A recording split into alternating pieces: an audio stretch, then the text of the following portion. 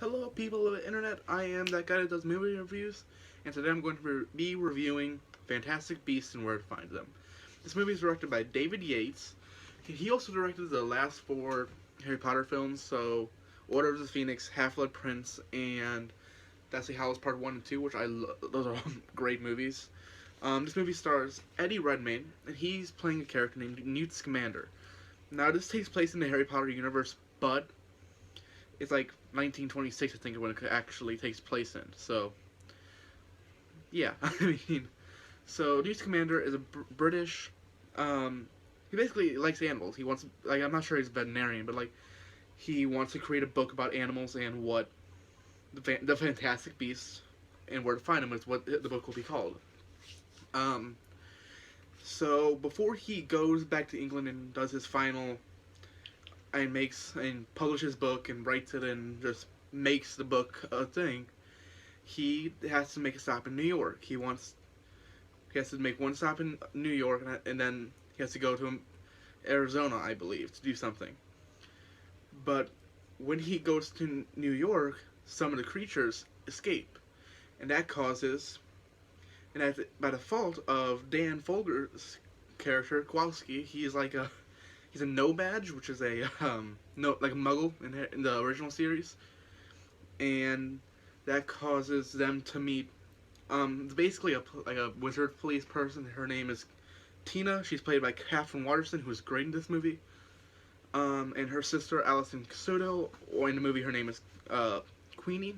And all of these characters are lovable. I love every single one of these characters.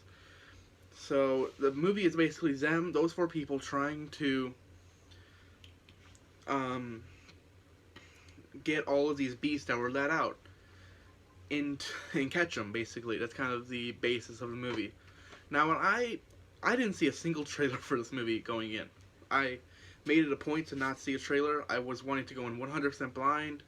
I just I love Harry Potter. I knew I was gonna like it, so why not just go in blind?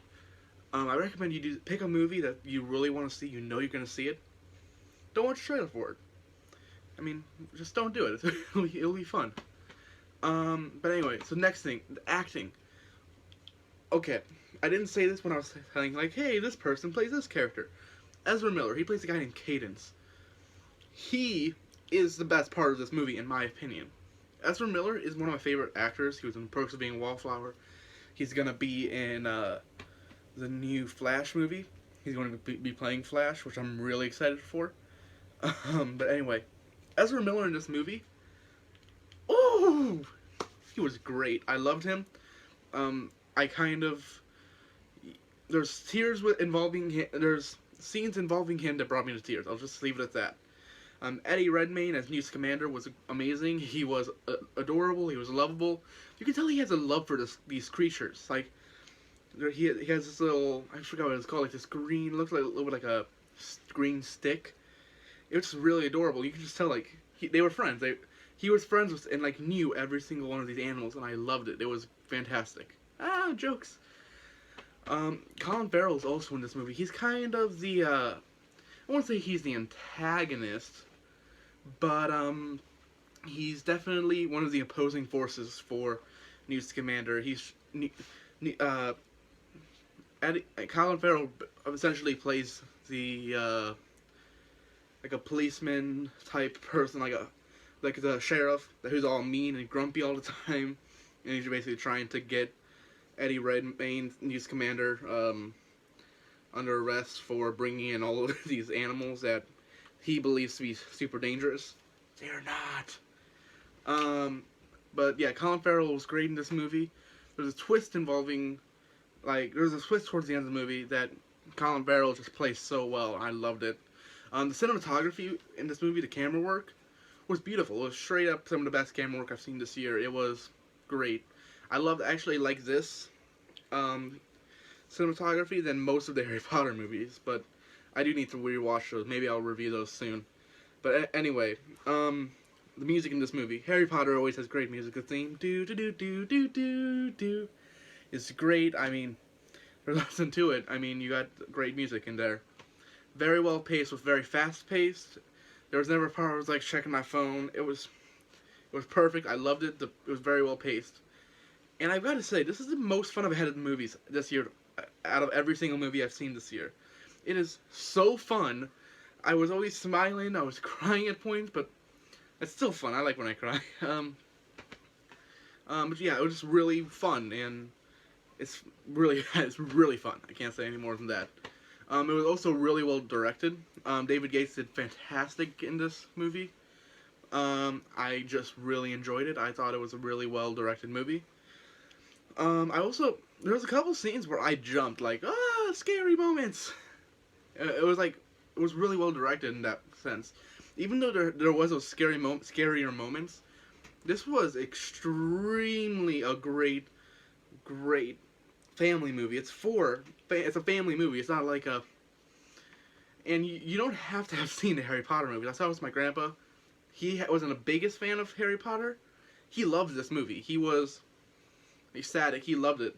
And my siblings also went with me.